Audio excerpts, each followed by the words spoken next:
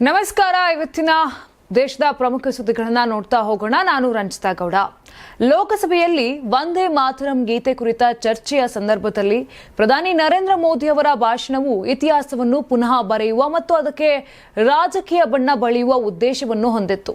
BJP ಎಷ್ಟೇ ಪ್ರಯತ್ನ ಪಟ್ಟರೂ ಕೂಡ ಜವಾಹರ್ಲಾಲ್ ನೆಹರು ಅವರ ಕೊಡುಗೆಗಳ ಮೇಲೆ ಒಂದೇ ಒಂದು ಕಪ್ಪು ಚುಕ್ಕಿ ಇಡಲು ಸಾಧ್ಯವಾಗುವುದಿಲ್ಲ ಅಂತ ಕಾಂಗ್ರೆಸ್ ಹೇಳಿದೆ. ವಂದೇ ಮಾತರಂ ಗೀತೆಗೆ ಅರ್ಹವಾದ ಪ್ರಾಮುಖ್ಯತೆ ಮತ್ತು ರಾಷ್ಟ್ರೀಯ ಗೀತೆಯ ಸ್ಥಾನಮಾನವನ್ನ ನೀಡಿದ್ದು ಕಾಂಗ್ರೆಸ್ ಎಂದು ವಿರೋಧ ಪಕ್ಷ ಹೇಳಿದೆ.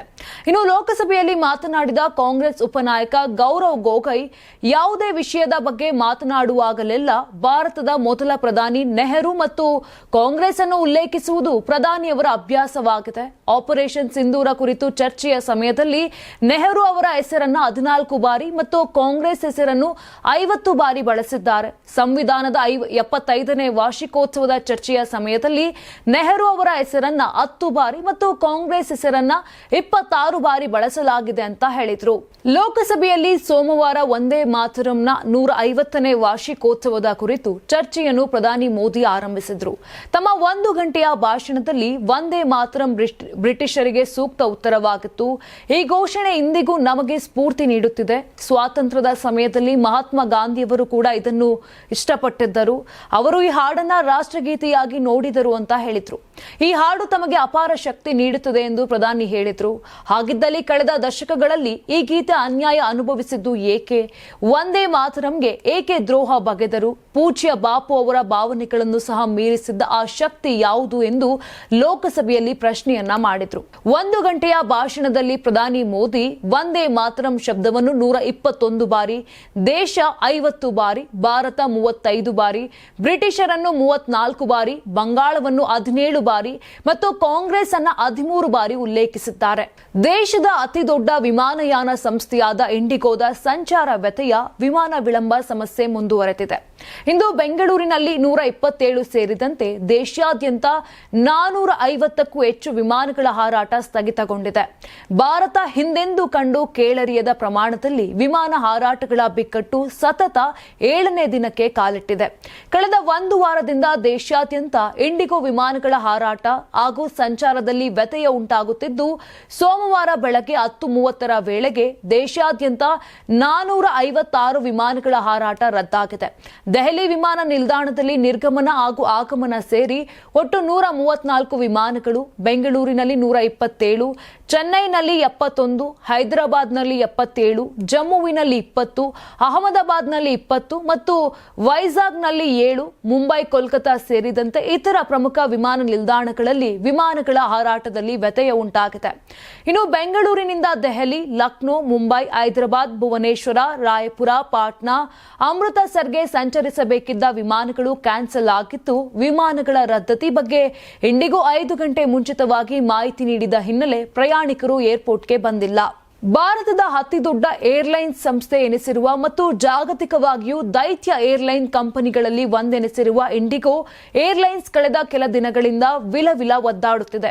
ದಿನವೂ 100 ಫ್ಲೈಟ್ಗಳು ರದ್ದಾಗುತ್ತಿವೆ. ಫ್ಲೈಟ್ ತಪ್ಪಿರುವಂತಹ ಸಾವಿರಾರು ಪ್ರಯಾಣಿಕರು ಹಿಡಿ ಶಾಪ ಹಾಕುತ್ತಿದ್ದಾರೆ.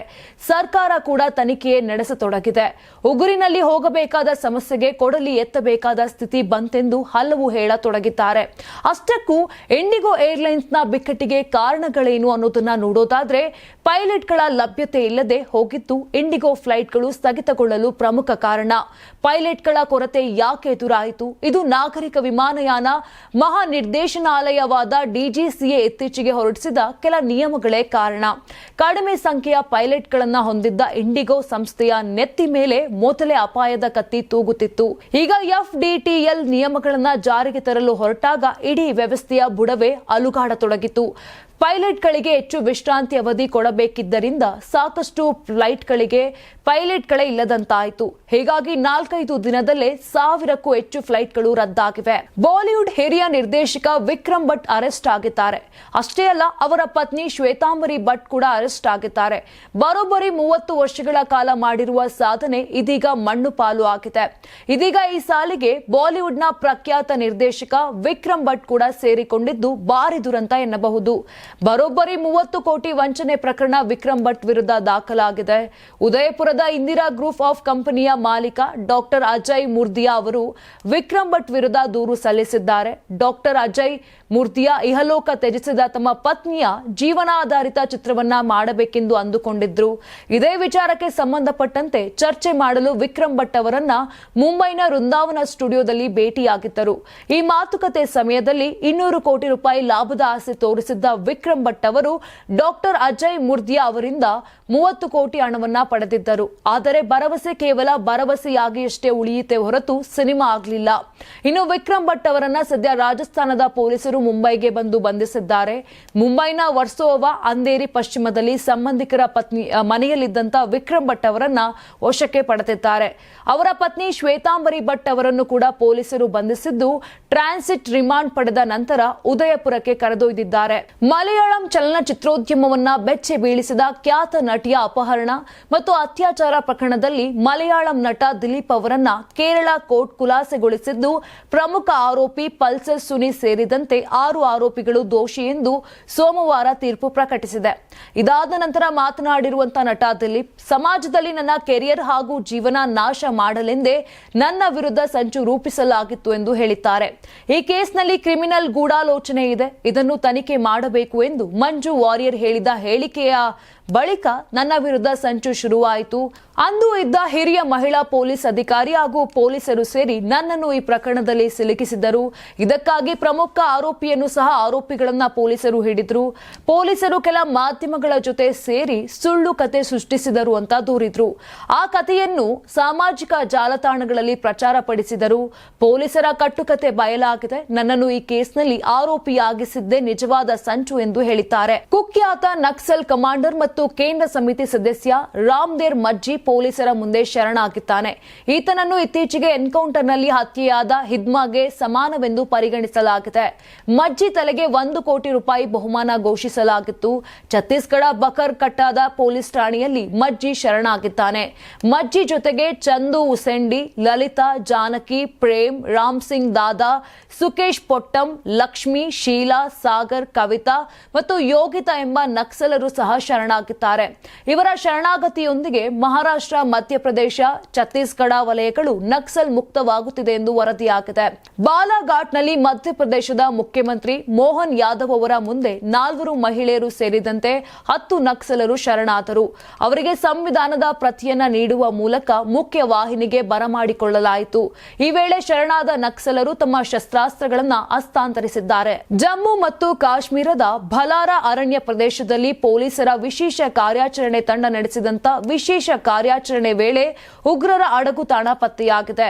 ಗುಪ್ತಚರ ಮಾಹಿತಿಯ ಮೇರೆಗೆ ಎಸ್ಎಸ್ಪಿ ದೋಡಾ ಸಂದೀಪ್ ಮೆಹ್ತಾ ಅವರ ಮೇಲ್ವಿಚಾರಣೆಯಲ್ಲಿ ಈ ಕಾರ್ಯಾಚರಣೆ ನಡೆಸಲಾಗಿದೆ.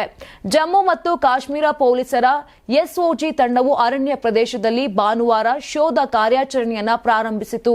ಈ ವೇಳೆ ಉಗ್ರರ ಅಡಗುತಾಣ ಪತ್ತೆಯಾಗಿದ್ದು 1 SLR ರೈಫಲ್, 2 ಮ್ಯಾಗಜಿನ್ಗಳು ಮತ್ತು 22 ಸುತ್ತಿನ ಸಜೀವ ಗುಂಡುಗಳು ಪತ್ತೆಯಾಗಿವೆ. ಈ ಶಸ್ತ್ರಾಸ್ತ್ರಗಳು ಮತ್ತು ಮದ್ದುಗುಂಡುಗಳ ವಶಪಡಿಸಿಕೊಂಡಿರುವುದು ಈ ಪ್ರದೇಶದಲ್ಲಿ ಭದ್ರತೆಯನ್ನ ಬಲಪಡಿಸಿದೆ. ಈ ಮೂಲಕ ರಾಷ್ಟ್ರ ವಿರೋಧಿ ಶಕ್ತಿಗಳ ಸಂಭಾವ್ಯ ದಾಳಿಯನ್ನ ತಡೆಯುವ ನಿಟ್ಟಿನಲ್ಲಿ ಇದೊಂದು ಮಹತ್ವದ ಹೆಜ್ಜೆಯಾಗಿದೆ. ಈ ಕಾರ್ಯಾಚರಣೆಯು ದೋಡಾ ಜಿಲ್ಲೆಯಲ್ಲಿ ಶಾಂತಿ, ಸ್ಥಿರತೆ ಮತ್ತು ಸಾರ್ವಜನಿಕ ಸುರಕ್ಷತೆಯನ್ನ ಕಾಪಾಡುವ ಜಮ್ಮು ಮತ್ತು ಕಾಶ್ಮೀರ ಪೊಲೀಸರ ಅಚಲ ಬದ್ಧತೆಯನ್ನ ಮತ್ತೊಮ್ಮೆ ಎತ್ತಿ ತೋರಿಸುತ್ತದೆ ಎಂದು ಪ್ರಕಟಣೆ ತಿಳಿಸಿದೆ. ಮಹಾರಾಷ್ಟ್ರದಲ್ಲಿ ಭೀಕರ ಅಪಘಾತ ಸಂಭವಿಸಿದ್ದು ಕಾರೊಂದು ಕಂದಕಕ್ಕೆ ಉರುಳಿ ಕನಿಷ್ಠ 6 ಮಂದಿ ಸಾವನ್ನಪ್ಪಿರುವ ಘಟನೆ ವರದಿಯಾಗಿದೆ. ಭಾನುವಾರ ನಾಸಿಕ್ನ ಕಲ್ವಾನ್ ತಾಲೂಕಿನ ಸಪ್ತಶೃಂಗರ್ ಘಾಟ್ನಲ್ಲಿ ಗಣೇಶ್ ಪಾಯಿಂಟ್ ಬಳಿ ಘಟನೆ ಸಂಜೆ 4 ಗಂಟೆಗೆ ನಡೆದಿದೆ. ಕಾರು 600 ಅಡಿ ಆಳದ ಕಂದಕಕ್ಕೆ ಬಿದ್ದು ಅದರಲ್ಲಿದ್ದ 6 ಜನರು ಸಾವನ್ನಪ್ಪಿದ್ದಾರೆ. ಮೃತರೆಲ್ಲರೂ ನೀಫಾತ್ ತಾಲೂಕಿನ ಪಿಂಪಾಲ್ ಗಾಂವ್ ಬಸವಂತ್ನವರು ಎಂದು ಅಧಿಕಾರಿ ತಿಳಿಸಿದ್ದಾರೆ.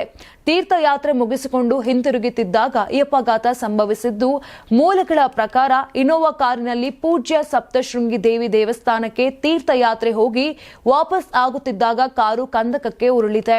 ಅಪಘಾತದ ಸಂದರ್ಭದಲ್ಲಿ ಕಾರಿನಲ್ಲಿ ಒಟ್ಟು 7 ಮಂದಿ ಪ್ರಯಾಣಿಕರಿದ್ದರು ಎನ್ನಲಾಗಿದ್ದು, ಈ ಪೈಕಿ 6 ಮಂದಿ ಸಾವನ್ನಪ್ಪಿದ್ದಾರೆ. ಇನ್ನು ಈ ಅಪಘಾತದಲ್ಲಿ ಜೀವ ಹಾನಿಯಾಗಿರುವುದಕ್ಕೆ ಪ್ರಧಾನಿ ನರೇಂದ್ರ ಮೋದಿ ತೀವ್ರ ದುಃಖ ವ್ಯಕ್ತಪಡಿಸಿದ್ದಾರೆ.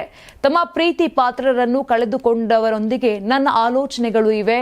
ಗಾಯಾಳುಗಳು ಬೇಗ ಚೇತರಿಸಿಕೊಳ್ಳಲಿ ಎಂದು ನಾನು ಪ್ರಾರ್ಥನೆ ಮಾಡ್ತೀನಿ ಅಂತ ಪ್ರಧಾನಿಯವರು ಟ್ವೀಟ್ ಮಾಡಿದ್ದಾರೆ. ಅಮೆರಿಕದಿಂದ ಭಾರತಕ್ಕೆ ಬಂದು ಸೋದರಳಿಯನನ್ನ ಕೊಲೆ ಮಾಡಿ ಪಾಸ್ಪೋರ್ಟ್, ನಗದು ತೆಗೆದುಕೊಂಡು ಪರಾರಿಯಾಗಲು ಯತ್ನಿಸುತ್ತಿದ್ದ ವ್ಯಕ್ತಿಯನ್ನು ಪಂಜಾಬ್ ಪೊಲೀಸರು ಬಂಧಿಸಿದ್ದಾರೆ. ಪಂಜಾಬ್ನ ಮೋಗಾ ಜಿಲ್ಲೆಯಲ್ಲಿ ಕೇವಲ 1 ತಿಂಗಳ ಹಿಂದೆ ಕ್ಯಾಲಿಫೋರ್ನಿಯಾದಿಂದ ಹಿಂದಿರುಗಿದ್ದ ಅನಿವಾಸಿ ಭಾರತೀಯನೊಬ್ಬ ತನ್ನ ಸೋದರಳಿಯನನ್ನ ಗುಂಡಿಕ್ಕಿ ಕೊಂದಿದ್ದಾನೆ ಎಂದು ಆರೋಪಿಸಲಾಗಿದೆ. ಕೃಷಿ ಭೂಮಿಯ ಮೇಲಿನ ಕೌಟುಂಬಿಕ ಕಲಹ ಹಿಂಸಾಚಾರದಲ್ಲಿ ಅಂತ್ಯ ಕಂಡಿತ್ತು. ಆರೋಪಿ 70 ವರ್ಷದ ಬಹದ್ದೂರ್ ಸಿಂಗ್ ಪಾಸ್ಪೋರ್ಟ್ ಮತ್ತು ನಗದು ತೆಗೆದುಕೊಂಡು ದೇಶ ಬಿಟ್ಟು ಪರಾರಿಯಾಗುವ ಕೆಲವೇ ನಿಮಿಷಗಳ ಮೊದಲು ಬಂಧಿಸಲಾಯಿತು ಎಂದು ಪೊಲೀಸರು ತಿಳಿಸಿದ್ದಾರೆ. ಇನ್ನು ಪೊಲೀಸರ ಪ್ರಕಾರ ದಶಕಗಳಿಂದ ಅಮೆರಿಕದಲ್ಲಿ ತನ್ನ 5 ಮಕ್ಕಳೊಂದಿಗೆ ವಾಸಿಸುತ್ತಿರುವಂತಹ ಬಹದ್ದೂರ್ ಸಿಂಗ್ ನಿಹಾಲ್ ಸಿಂಗ್ ವಾಲದ ಮಾಸಿಕೆ ಗ್ರಾಮದಲ್ಲಿ ಜಂಟಿಯಾಗಿ ಹೊಂದಿದ್ದ ಸುಮಾರು 30 ಎಕರೆ ಕೃಷಿ ಭೂಮಿಯ ಬಗ್ಗೆ ತಮ್ಮ ಸೋದರಳಿಯ ನವದೀಪ್ ಸಿಂಗ್ ಜೊತೆ ದೀರ್ಘಕಾಲದ ವಿವಾದವನ್ನ ಹೊಂದಿದ್ದರು. ನವದೀಪ್ ಮತ್ತು ಅವರ ಪತ್ನಿ ಗುರುಪ್ರೀತ್ ಕೌರ್ ವಿವಾದಿತ ಹೊಲಕ್ಕೆ ಬಂದಿದ್ದರು. ಅಲ್ಲಿ ಬಹದ್ದೂರ್ ಸಿಂಗ್ ಮತ್ತು ಅವರ ಪತ್ನಿ ಜೋಗಿಂದರ್ ಕೌರ್ ಆಗಲೇ ಭೂಮಿಯನ್ನ ಉಳುಮೆ ಮಾಡುತ್ತಿದ್ದರು. ಆಗ ಜಗಳ ಶುರುವಾಗಿತ್ತು. ಬಹದ್ದೂರ್ ಸಿಂಗ್ ತನ್ನ ಪರವಾನಗಿ ಪಡೆದಂತ ರಿವಾಲ್ವರ್ ಅನ್ನ ಹೊರತೆಗೆದು ಹತ್ತಿರದಿಂದ ಗುಂಡು ಹಾರಿಸಿದಾಗ ಅದು ನವದೀಪ್ ತಲೆಗೆ ಗುಂಡು ತಗುಲಿತು ಎಂದು ತನಿಖಾಧಿಕಾರಿಗಳು ತಿಳಿಸಿದ್ದಾರೆ. 30 ವರ್ಷದ ವ್ಯಕ್ತಿ ಸ್ಥಳದಲ್ಲೇ ಸಾವನ್ನಪ್ಪಿದ್ದಾರೆ. ವೀಕ್ಷಕರೇ, ನೋಡಿದ್ರಲ್ಲ, ಇದಿಷ್ಟು ಇಂದಿನ ಪ್ರಮುಖ ಸುದ್ದಿಗಳಾಗಿತ್ತು. ನಾಳೆ ಮತ್ತೆ ಇದೇ ರೀತಿಯಾಗಿ ದೇಶದಲ್ಲ ಏನೆಲ್ಲ ಆಗ್ತಾ ಇದೆ, ಏನೆಲ್ಲ ಬೆಳವಣಿಗೆ ಆಯಿತು, ಇದೆಲ್ಲ ಮಾಹಿತಿಯನ್ನ ಕೊಡ್ತಾ ಹೋಗ್ತೀನಿ. ನೋಡ್ತಾ ಇರಿ ಕರ್ನಾಟಕ ಟಿವಿಯ ಸ್ಪೆಷಲ್ ದೇಶದ ಪ್ರಮುಖ ಸುದ್ದಿಗಳು. ನೀವು ಸಣ್ಣ ಆಗ್ಬೇಕಲ್ವಾ? ಅದು ಒಂದು ಉತ್ತಮ ಆಹಾರದಿಂದ ಸಣ್ಣ ಆಗ್ಬೇಕಲ್ವಾ? ಪ್ರತಿದಿನ ನಮ್ಮ ಜೀನಿ ಸ್ಲಿಮ್ ನ ಯೂಸ್ ಮಾಡಿ ಯಾವುದೇ ಸೈಡ್ ಎಫೆಕ್ಟ್ ಇಲ್ದಂಗೆ ನೀವು ಸಣ್ಣ ಆಗ್ತೀರಾ.